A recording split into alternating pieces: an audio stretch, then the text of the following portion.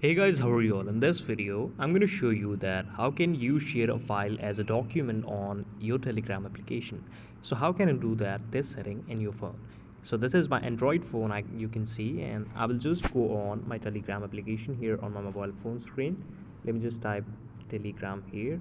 Like this is my Telegram, and how can I share or how can I share the document in the full quality and content? So I will just find a contact to send a photo or video here. Let me just do it like this. Let me just select a personal number here. There is a lot of groups in.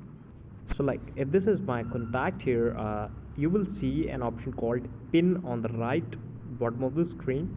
Just click on this option and go on to the file here. Whenever you will go on the file, you will see a menu called internal storage, Telegram or gallery. You can just select your file from here and send it on your Telegram.